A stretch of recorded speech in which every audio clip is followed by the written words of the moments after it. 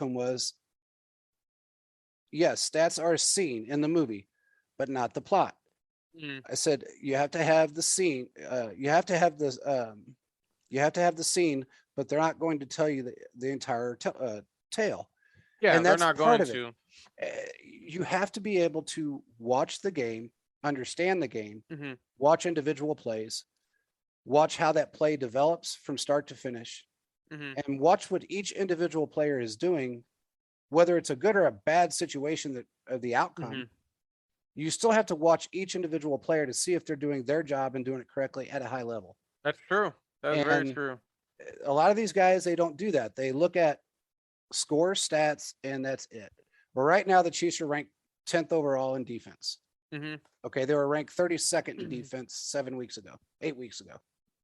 So in that period of time, our defenses jumped from dead last to top 10. And I think they're ranked sixth in points, maybe fifth now in points.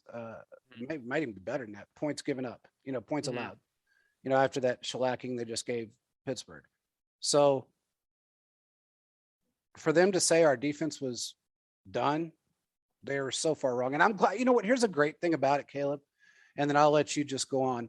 The greatest part about this is that a lot of guys can't take the criticism. A lot of teams can't take the criticism. So what ends up inevitably happening is that they fold or they start to let that criticism get to them, and then they have a horrible season, whether it be an individual from an individual perspective or a team perspective. Um, you do that to our guys, and our guys take it as fuel. They're with everything that's been said about them throughout this season. They're working on Elon Musk rocket fuel right now. These guys are on the Jeff Bezos ship out of out of Hmm. space. I mean, they're on fire right now. And every time someone wants to say something negative about him, it just Hmm. fuels Tyrann Mathieu. It fuels Chris Yeah. Jones. It fuels Patrick Mahomes. It fuels all the guys that are on this team. Everybody. And Mahomes, Pringle, everybody proved it in that Pittsburgh game. Hmm. They can play. For the all those people that said for the last 3 years, take away Mahomes or take away Kelsey and Hill, and Mahomes won't be nothing. Hmm. Really? I What was mean, he that's what last they week? said, but I didn't agree with Yeah, it. That should be nobody proven. did. Well, most normal people wouldn't, because you could see the difference in that guy. He's a different breed of player. Mm. Period. He makes people around him better. We knew that his first season when he changed Albert Wilson and changed Chris Conley and got those guys paid. He We did. knew it that year. But everybody else, it seemed like, oh, he's a one-year wonder. He's this, he's that, he's the other. This year, it's been, everything under the sun. He's broken. You know, I'm so tired of hearing he was broken. The broken record is what it is. Hmm. Um, but it just solidified the fact that all you're doing is fueling these guys to get better and better each week, every week, week in and week out. And we are one of those teams, and we have been for 4 straight years.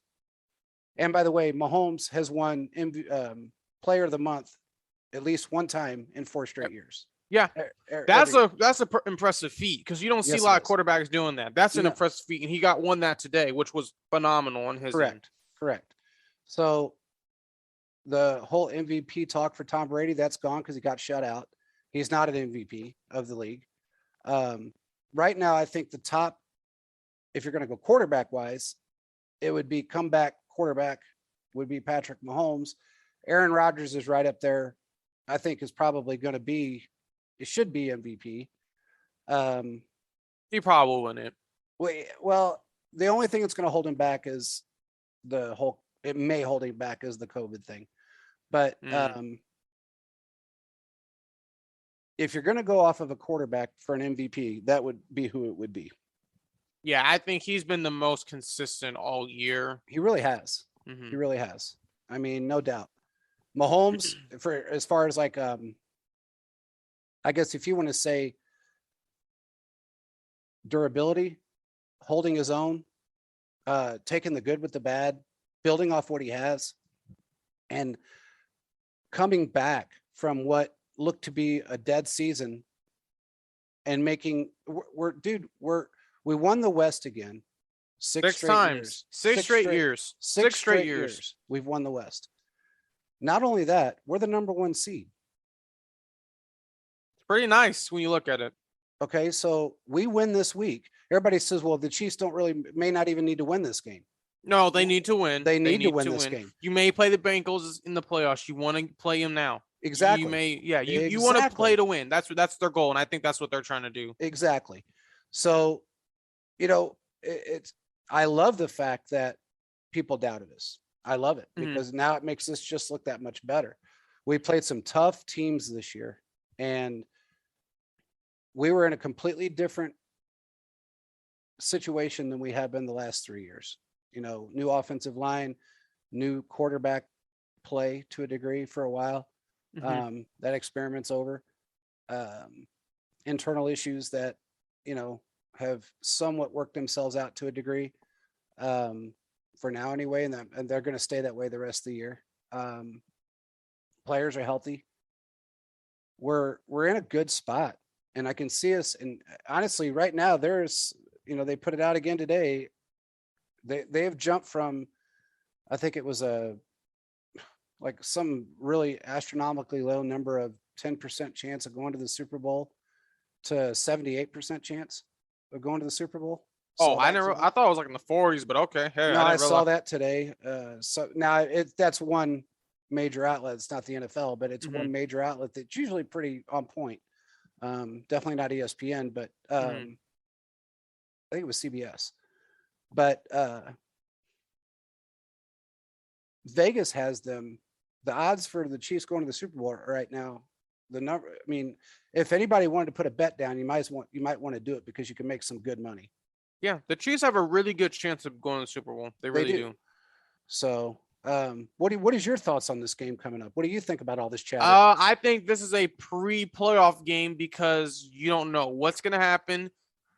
Yeah, Joe Burrow, good. Yeah, Joe Burrow, in my opinion, is really good. And I've seen him play LSU and I've seen him play limited last year and this year. He's really good. Joe Burrow is the real deal. Now, it's going to be interesting how the Chiefs play against him because he's probably one of the stronger throwing quarterbacks we have in the AFC right now compared to Justin Herbert. When you put him in that sense, because we have Big Ben, who ain't really doing anything. Tom Brady's down south. Pretty much what we have in this point is you have Roethlisberger, who they're not going to make it looks like. You have Derek Carr. They may not make it. If they do, they do. But when you look at Joe Burrow's a really good quarterback. I'm not saying nothing. He's a good quarterback, and I wish him everything. And I think that this game is going to be a playoff preview because the Chiefs, because this is the Bengals, they have become a better team. They have beaten some of these teams that the Chiefs have beaten that have been hard games, and they've done really well. So when you look at it at the end of the day, I think the Chiefs have a really good chance. But this game will show us a lot about this team because we have a defense now, man. And since we have a defense, it's going to make everything so much better. I expect the Chiefs to win, and I expect the Chiefs to do pretty well. But what I also expect to see is a complete game from the team all around. If they win this game, and I think if the Titans lose to the Dolphins, the Chiefs get the number 1 seed. That would be perfect because we've already won the division. If we can wrap the number 1 seed, they might let the starters rest. They might. Maybe. But if I was them, I would let them play half a series, play probably half that game. But this is probably going to be one of your biggest challenges for the rest of the season. If we're being honest, we play the Broncos next. We already wrapped the division, so that really doesn't matter. If they break our win streak, I mean, it is what it is. But the Chiefs, in my opinion, they need to win this game in order to put a statement pushing through. Yeah, I agree. That's kind of what I'm seeing. I 100% agree with you. And look, right now the Titans with Julio's on the COVID list. He's not playing. Sorry, I don't mean to interrupt you, JP. But when you look at Julio's situation, he has been hurt. He has been on the COVID list. He's been he's been on everything. Yeah. So I am glad that Chiefs didn't trade for him because I just don't see what he would have done. Nothing. I think adding a player like Josh Gordon, what we see now, has been more beneficial because Julio Jones, it's like you play a game and then you get hurt. Yeah. And that's what we've seen constantly see at the end of the day. And it's frustrating for Titans fans, but I think the Chiefs dodged a major bullet when we were thinking about trading for him because that's a lot of money for a guy who's only playing half the season when we could have just kept Sammy Watkins. But we found Josh Gordon, who's relatively healthy and has been doing pretty good. so far. So I think the Chiefs are in a good spot from that standpoint. Yeah, I agree.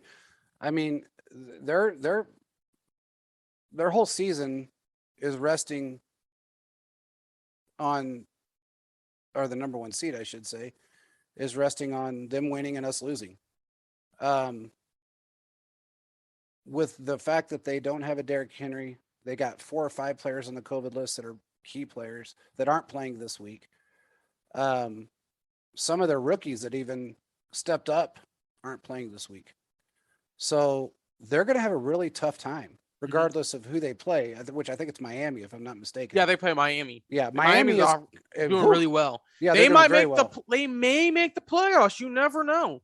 They could kick the Raiders off. I think if the last bracket I saw, if the Raiders lose one more game, they're out anyway. But if Miami could easily take that spot and move forward into the playoffs. So there's a lot of scenarios with the playoffs that are just weird with the 17-week schedule. But I think the Titans. Now, don't get me wrong. Look, I think Vrabel's done a great job down there. Oh, he has done a great job. He's won with little to nothing at some point, and when his entire team was injured, he came out and he put a game plan together to beat teams. Now, do I think that team would have beaten us right now? No. When they beat us prior, they beat us bad. We were not playing the way we're playing right now. We're not, we were honestly, we weren't playing then how we were playing week 7, 8, 9, so I think that there's a difference between how, and that's the greatest part about the AFC right now is that we were the first team to actually solidify a playoff spot. We were, and my people were like, we're not making the playoffs. So this, that, and the third. I'm like, come on, guys, dude. Let's just be honest at this point. Yeah, and honestly, we had to win the division to do it. That tells you how the difference between the AFC and the NFC, because 5 other teams had already solidified a spot in the NFC when we had it in the AFC. And that just shows you from the AFC playoffs picture that so many things can change. Yeah. It's such a different division. I mean, and it always has been. I mean, the NFC, they've had their spurts of great teams, but they've always had, for the lack of better words, I guess, a weaker overall group of teams than the AFC has, or at least not all. I'd say within the last, 20, 30 years. And it kind of goes, if you look at the Pro Bowl, there for the longest time, the AFC, I think, had beat him so many times in the Pro Bowl. It was insane, even though it's a kind of a made up game, but it still shows you that coaching and players are just so much different, in the AFC versus the NFC. Yeah, I think when you look at it from the day, I've noticed even when I was like a little kid, it's a different type of culture between the AFC and NFC. And those are just coming from when we had those 2 leagues back then in the 60s before AFL leagues and came NFL to go over. Yeah. I mean, it's really kind of all you had. But I think that there's some overrated teams in the league right now, and there has been some overrated teams that now are showing their true colors. And then the teams that persevered and were able to withstand all of the struggles are now showing their true colors as well. And they're the ones that are standing on top of the world right now. In the AFC. In the NFC, you have really 3 legitimate football teams. When I say legitimate, I mean teams that got where they are because of talent and no gifts. I'll put it that way. The Rams, I think, is one of them. The Packers and the Cowboys. They didn't get any gifts. They had a rough season, with injuries and, things of that nature, but they still are an honest playoff team. And I think everybody knows what I mean by that. Somebody can go to the playoffs every year of their career or every year for 20 years and not be an honest football team. We've seen it and we're seeing it again. just in a different division. But